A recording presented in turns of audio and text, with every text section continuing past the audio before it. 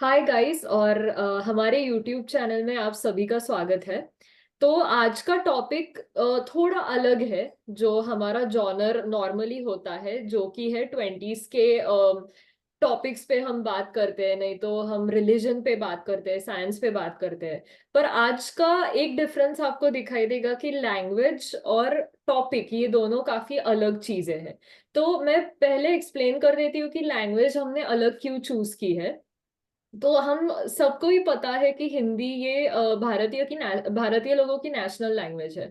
तो I think इसका इस्तेमाल हमें करना था in all of our videos, but we couldn't get to that point. इसीलिए हमने सोचा कि आज का वीडियो हम हिंदी में बनाते हैं, थोड़ा कुछ अलग भी रहेगा।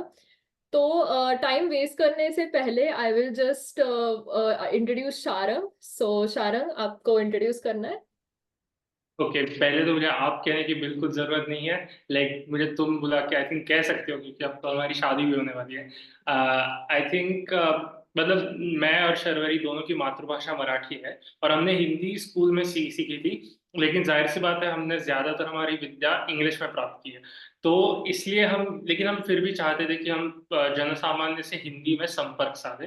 तो इसलिए हमारी कोशिश है कि हम दोनों हिंदी में एक दूसरे से संभाषण साधे। अब मैं ये कहना चाहूंगा कि हम दोनों की हिंदी इतनी अच्छी नहीं है, तो अगर आपको पसंद नहीं आई तो सॉरी फॉर दैट।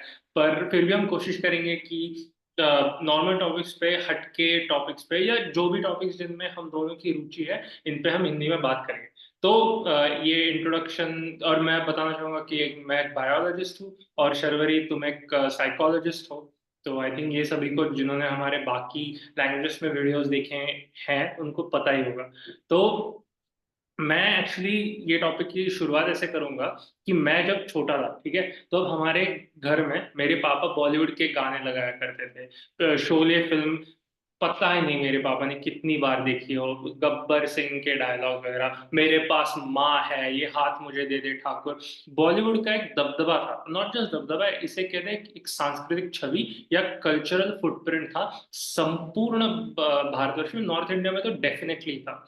लेकिन हमारे जनरेशन में, खासकर 2020 से ऑनवर्ड, एक अलग ट्रेंड देखने को मिला है। और ये ट्रेंड है कि दक्षिण भारत की, लाइक साउथ इंडियन फिल्म्स की बढ़ती हुई पॉपुलैरिटी।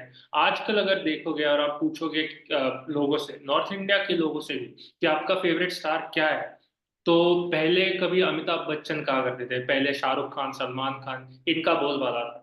लेकिन आजकल रणवीर सिंह, सिद्धार्थ मल्होत्रा, शायद इनके बारे में भी कहा जाए। लेकिन कई बार आपको नाम सुनने को आएगा प्रभास, अल्लू अर्जुन, तो Ram Charan, junior NTR, I think junior NTR, something like this. तो मैं इस विषय पर शर्वरी तुमसे बात करना चाहता था, क्योंकि तुम्हें मुझसे भी ज्यादा फिल्मों में काफी दिलचस्पी है, रुचि है। तो तुम्हें क्या लगता है, ये क्या कारण हो सकता है कि दक्षिण भारत की फिल्में अब इतनी प्रचलित है उत्तर भारत राइट राइट राइट। तो मैं एक्चुअली थोड़ा बैकग्राउंड देती हूँ क्यों मुझे फिल्मों के बारे में इतना पता है।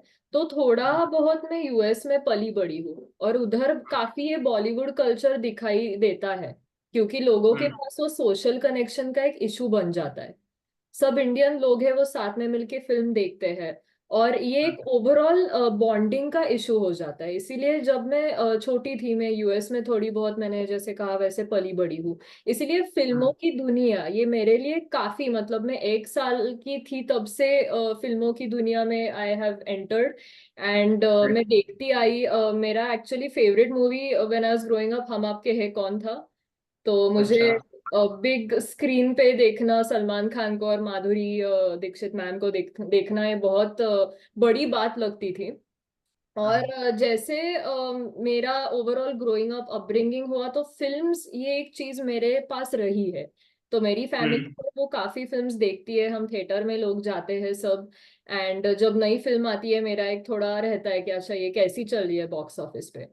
तो जैसा यू सेड कि थोड़ा फिल्म्स का, साउथ इंडियन फिल्म्स का इन्फ्लुएंस आजकल दिखाई दे रहा है। And that is extremely correct, क्योंकि आई थिंक मेरे रीजनिंग और मेरा विचार इस पे जो हुआ है वो ऐसा है कि साउथ इंडियन फिल्म्स का कैमरा हैंडलिंग काफी अच्छा रहता है। अच्छा। तो डायरेक्शन की भी एक नैक रहती है। तो आजकल हम्म मेरे ओपिनियन से ऐसा हो रहा है कि बॉलीवुड का थोड़ा रेपिटेटिव डायरेक्शन हो रहा है, या थोड़ा फ्रेम लेने का टेक्निक या प्रेजेंटेशन का टेक्निक, ये थोड़ा रेपिटेटिव और मोनोटोनस हो चुका है। हम्म इसलिए साउथ की जो फिल्में हैं वो थोड़ी अपील ज्यादा होती है, क्योंकि there is a very meticulous dedication to detail, there is a lot of direction, small things are included a lot. एक तो क्या तुम एक ऐसे स्पेसिफिक सीन का एग्जांपल दे सकते हो जहां पर जिस सीन को तुम्हें देख के लगा ओ वाह, इस तरीके से कोई भी सीन बॉलीवुड में शूट नहीं किया जाएगा? Sure sure. तो एक्चुअली ऐसे पर्टिकुलर मूवी का कुछ ऐसा सीन नहीं, क्योंकि एक स्टाइल मैंने देखी है साउथ इंडियन फिल्म्स की, वो स्लोमो में काफी शूट करते हैं। तो Okay. जब एक एक्शन सीन रहता है, हमारे दिमाग में ऐसा कभी नहीं आता है कि ये स्लोमो में हो सकता है, क्योंकि हम बचपन से हम्म बॉलीवुड देखते आए हैं। हमारे पास ये ऑफ कोर्स थॉट रहता है कि एक्शन है मतलब सब फास्ट पेस्ड ही होना चाहिए, वो हम्म हीरो है, वो दूसरे विलन को मार रहा है। If you see hmm and observe, always in South Indian films ये डिटेल बहुत ज्यादा दिखाई देती है हमें कि थोड़ा मतलब there is always a big slomo camera that is hmm always and थोड़ा पॉइंट ऑफ व्यू कैमरा भी ज्यादा रहता है। कुछ- तो not focusing on side cameras जो रहते हैं, जो बॉलीवुड में ज्यादा है, और okay. ड्रामेटिक इफेक्ट के लिए ये यूज करते हैं, इसीलिए साउथ इंडियन फिल्में ज्यादा हमें अपील होती है। ये हुआ एक Okay. Reason.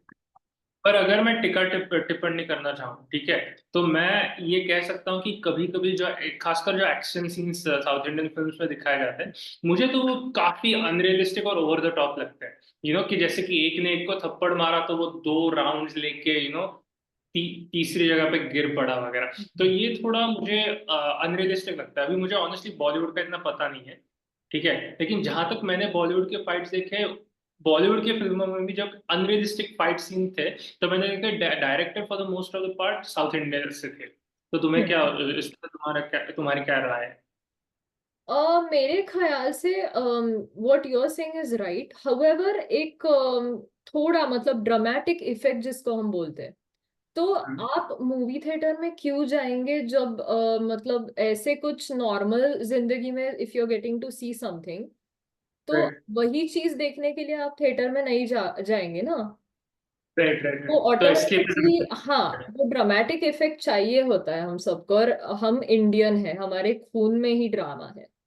May it be सबके। Bollywood, may it be south Indian films, anything, हमारे खून में ड्रामा है, इसीलिए हमें वो ड्रामेटिक इफेक्ट है वो चाहिए होता है, और अच्छा इसीलिए वो ज्यादा अपील होते हैं। ये अगेन मेरा ओपिनियन है इस पे। अच्छा ठीक। तो राइट। आई थिंक मुझे क्या लगता है, मतलब ऑफ कोर्स मुझे तुम्हें जितना फिल्मोग्राफी और कैमरा एंगल्स के बारे में जितना पता है वो मुझे नहीं पता। ये मुझे मानना पड़ेगा। मैं हमेशा स्टोरी में दिलचस्पी रखता हूँ, ठीक है। और मैंने खासकर देखा है कि जो जो स्टोरी थी पहले के जमाने की, ठीक है, वो स्टोरीज काफी रियलिस्टिक थी। वो जो उसमें जो कल्चर दिखाया था, उस कल्चर को देख के लगता था ठीक है, ये हमारे जैसे लोग हैं, इनका रहन सहन, इनका खाना पीना, ये सब हमारे जैसे। और इवन तो वो बहुत अमीर लोग दिखाते हैं, जैसे कि फॉर एग्जांपल क्लासिक एग्जांपल हम साथ साथ हैं, हम्म। राइट, उसमें बड़ी फैमिली दिखाई, लेकिन फिर भी उनके जो कल्चरल नॉर्म्स है वो काफी हमारी तरह है। लेकिन अब जब मैं देखता हूँ खास करके जो नए डायरेक्टर्स है वो कुछ फिल्में बनाते हैं, तो उसमें जो कल्चर दिखता है, I don't even as an Indian who was born and brought up in India, I don't relate to it in the slightest. ठीक है, हम्म। जैसे कि हम दोनों एक पिक्चर दिख रहे थे, रणबीर कपूर श्रद्धा कपूर, वो कौन कौन सी थी, वो अ, बीच में डांस कर रहे हैं, वो कुछ सीन था हाँ। उसमें यार। हाँ, उस पिक्चर का नाम है तू झूठी मैं मकार। राइट, सो लाइक ये टाइटल। और सॉरी इंटरप्शन के लिए, एक्चुअली मेरा कुछ टेक्निकल इशू चल रहा है, मैं एक मिनट में आती हूँ। तो I am right here, you can just continue, मैं इधर ही हूँ, थोड़ा एक मिनट जाके आती हूँ सिर्फ। But we can continue the talk, थोड़ा टेक्निकल कुछ आया है प्रॉब्लम, एक मिनट। ओके, तो जैसा मैं कह रहा था कि like as an Indian who was born and brought up in India, I don't relate to the stories which are portrayed in Bollywood cinema in the slightest, क्योंकि मुझे वो स्टोरीज देख कर ऐसा लगता है ये कौन लोग हैं, इनसे मैं बिल्कुल रिलेट नहीं कर पा रहा हूँ, या जिनके जो कल्चरल नॉर्म्स है ये बिल्कुल मुझसे हटके। Like right. फॉर एग्जाम्पल, अगर जो RRR पिक्चर दिख रही है, राइट, फॉर एग्जाम्पल, तो उसमें जिस तरीके की स्टोरी दिखाई है उसमें, तो मुझे लगता है ऑथेंटिक इंडियन सिनेमा वो है।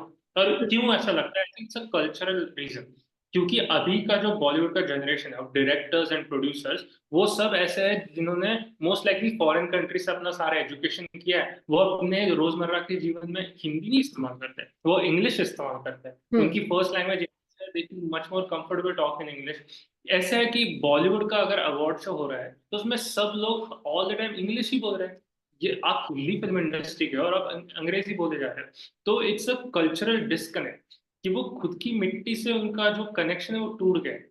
हम्म। और आई थिंक कहीं ना कहीं इस वजह से भी उनको ये हो रहा है। और उसमें आई थिंक कुछ कुछ पॉलिटिकल रीजंस भी है, आई थिंक, जिसमें मैं इतना जाना नहीं चाहूंगा। हम्म बट बस मैं इतना भी कहना चाहूंगा कि आई थिंक बॉलीवुड की जो फिल्म्स है, they are very very partial to the left. ठीक हम्म है। और मैं ऐसे नहीं कह रहा हूँ कि इसका मतलब है राइट विंग प्रोपागेंडा बनाना चाहिए, लेकिन एक तो फिल्मों को पॉलिटिक्स से दूर रखना चाहिए, राइट? क्योंकि इंसान जब फिल्म में जाता है तो पॉलिटिकल प्रोपागेंडा के लिए नहीं जाता, right? He hmm goes there for escapism, he goes there to have fun. तो पॉलिटिक्स को फिल्मों से दूर रखना चाहिए, और कंप्लीटली डिस्टॉर्टेड हिस्ट्री बना के एक अलग इम्प्रेशन बनाने की कोशिश करता है Bollywood, which is very very wrong, and it just seeks to alienate the basis. और ऊपर से जिस तरीके से उनके जो हीरोज है, हम्म राइट, उसका रहन सहन, वो जिस तरीके से है, वो जिस तरीके से रहते हैं, even they come off as more relatable. वो हम्बल है, लगते हैं अभी, है असली लाइफ में वो पता नहीं, शायद वो भी एक्टिंग कर रहा हो, बट एटलीस्ट दिखावा तो करते हैं ह्यूमिलिटी का। और जिस तरीके से ये बॉलीवुड के स्टार्स की जो लाइफ है, उनके कुछ ऊट पटांग पॉलिटिकल बयान है, जिससे पता चलता है कि उनको समझ नहीं है जिन टॉपिक्स पे ये बोले जा रहे हैं। तो आई थिंक ये सब है। और जो पहले का कल्चर है, जैसे Amitabh Bachchan, right, regardless of what I think about his politics, hmm. Very educated, very cultured man. उनके जो पिताश्री थे वो महाकवि थे हिंदी भाषा के। तो ये सब रीजंस मुझे लगता है। तो कुछ तुम ऐड करना चाहोगे इस discussion? Sure sure, no actually एक चीज मैं ऐड करना चाहती हूँ इस पे। तो बॉलीवुड का क्या हुआ है, टॉपिक जो एक्सप्लोर हो रहे हैं वो भी अभी थोड़े क्या बोलते हैं उसको, स्टैग्नेशन हुआ है टॉपिक्स का। राइट। कि मतलब ये जो कहानी है, एक लड़का एक लड़की, ये दोनों प्यार करते हैं, ये शादी करते हैं, ये थीम लेके ना you can't keep villain on आके मारता है, डूइंग। सॉरी। विलन आके सब किसी को मारता है, समथिंग लाइक दिस, कहना हाँ चाहता एग्जैक्टली exactly. तो ये बहुत रेपिटेटिव चीजें हो रही है। साउथ हूँ। मूवीज हमें फ्रेश क्यों लगते हैं, क्योंकि वो टॉपिक्स अलग है, बहुत ज्यादा। वो बहुत जॉनर्स में जाके टॉपिक्स डिस्कवर करते हैं। There is a lot of areas in which topics are discussed. So और स्टोरी लाइन भी काफी अच्छी। मैंने एक एक्चुअली मलयालम फिल्म देखी थी, तो the name of the film was Minnal Murali. I don't know if I am pronouncing it correct, so I hope nobody takes offence, but वो फिल्म जो थी उसमें इतना अच्छा स्टोरी था। वो स्टोरी ऐसा था कि दो आदमी रहते हैं और एक को आई थिंक दोनों को बिजली लगती है कहीं ओके। जाते समय, they are okay. Struck by lightning.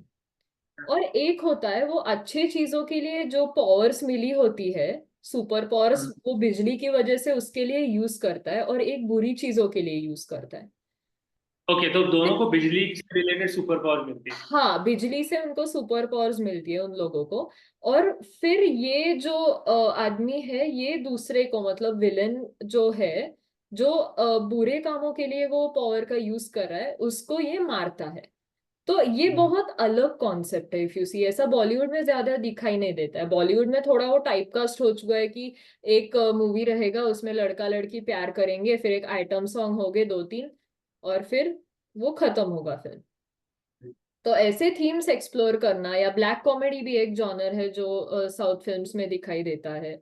Comedy भी है, एक्शन तो है ही, और रोमांस भी है। सो ये सब जॉनर्स दिखाई देता है, इसीलिए वो फ्रेश लगता है ऐसे। मतलब you feel like going to see the movie. और मुझे एक और चीज लगती है कि जैसे फॉर एग्जाम्पल सॉन्ग्स है, ठीक है, तो अगर तुम, मतलब मैंने आरआरआर के एक सॉन्ग सुना, कोमरम भीमुड, तो हम्म वो सॉन्ग था, तो उस सॉन्ग मैंने हिंदी का ट्रांसलेशन सुना उस सॉन्ग का, और वो था, भीमा इस धरती जिसने तुझे जनना है, वो तुझे पुकार रही है, सुन रहा है क्या? Hmm and this how this song begins, hmm तो और अगर तुम लाइक बॉलीवुड का, मैंने तू झूठी मैं मक्कार का कोई सॉन्ग, तो it's like some generic garbage, कि मतलब ये बहुत ही ऐसे किसी भी रटी किसी, वही whatever, क्वालिटी नहीं थी, क्योंकि हम्म। बॉलीवुड में ये गाने जिन गानों पे जो गाने हमारे पापा सुना करते थे, ठीक है, वो गाने एक्चुअल कवियों ने लिखे थे और वो दर्शाता था उनकी, तो जो गाना था वो काव्यात्मक रूप से भी बहुत अच्छा था। हम्म। और इस साउथ इंडिया के गाने अभी भी है हम्म। उस क्वालिटी। तो आई थिंक, और खासकर इंडियंस को, we tend to really focus on the song music, हमें बहुत पसंद आता है। और राइट। जब वो क्वालिटी नहीं मिलती तो ऐसा लगता है कि ये ये बहुत ही सरफेस लेवल की थी, हम्म। दिल को नहीं छू रही। Correct correct. सही बात है। आई थिंक इन सब चीजों की वजह से वो थोड़ा साउथ इंडियन फिल्म्स का जो पर्सपेक्टिव है वो हमें फ्रेश लगता है। और इस सेम रीजन की वजह से I think South Indian films, South Indian heroes heroines, they are gaining more popularity as well as in Bollywood now.